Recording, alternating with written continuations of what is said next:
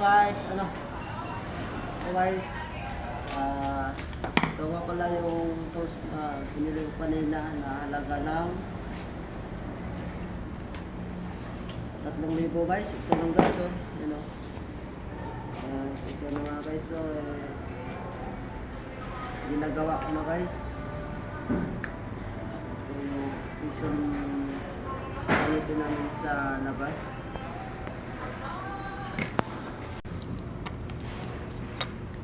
So guys, ako na rin gumagawa guys para sigurado guys na